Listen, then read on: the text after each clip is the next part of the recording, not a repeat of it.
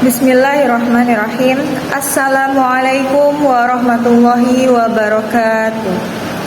Alhamdulillahi rabbil alamin. Nahmaduhu wa nasta'inuhu wa nastaghfiruhu wa na'udzu billahi min syururi anfusina wa min sayyiati a'malina. May yahdihillahu fala mudhillalah wa may yudlil fala hadiyalah. Wa asyhadu anna Muhammadan abduhu wa rasuluh.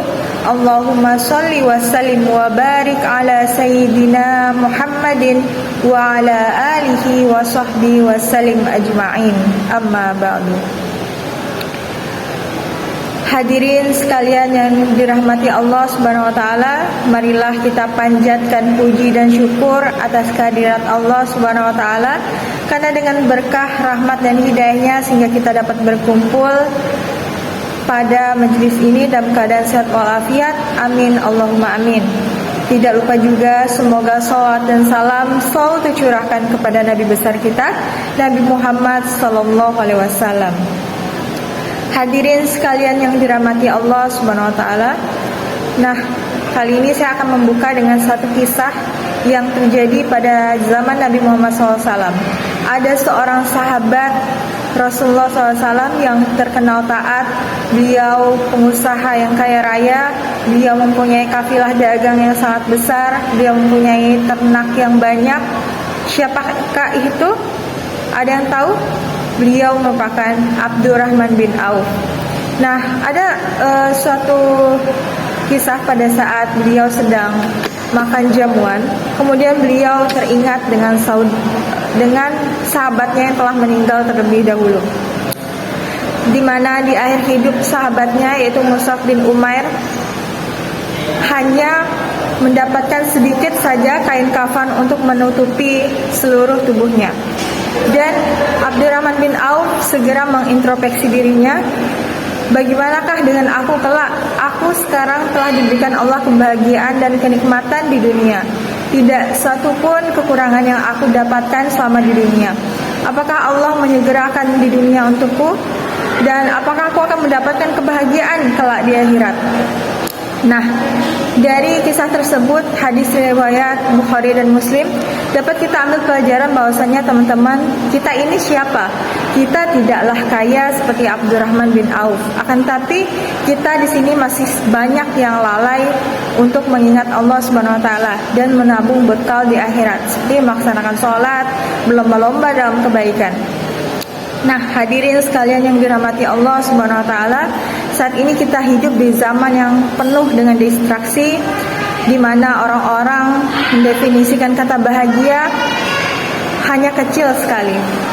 Saat ini orang ingin cepat-cepat bahagia, ingin cepat-cepat bisa sukses, ingin cepat-cepat bisa mendapatkan harta kekayaan yang banyak.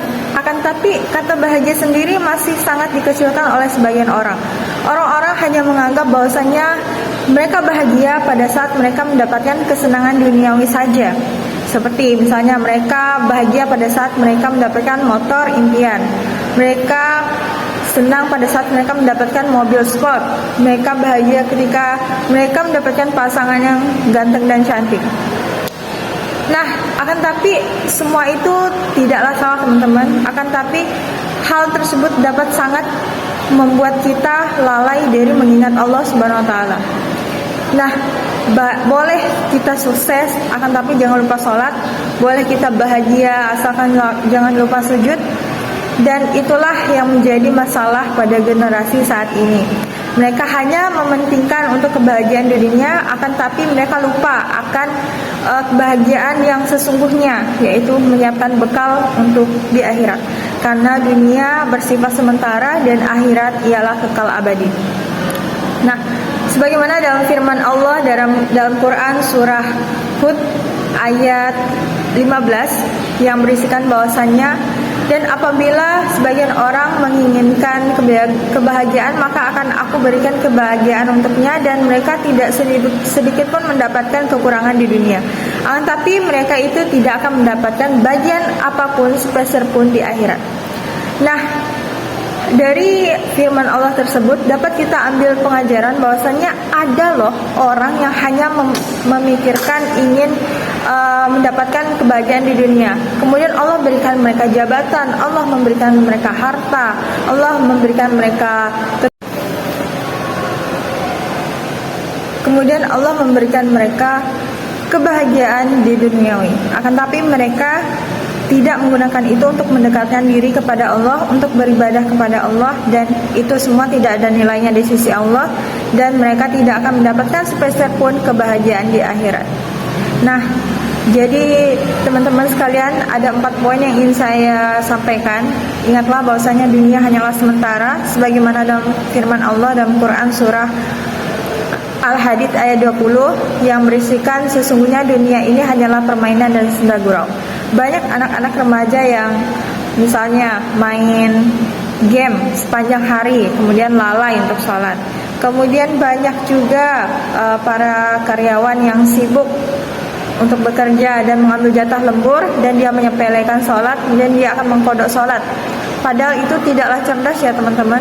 Sebagaimana dalam hadis riwayat Muslim, bahwasanya orang yang cerdas adalah orang yang mengingat kematian dan mempersiapkan kematian.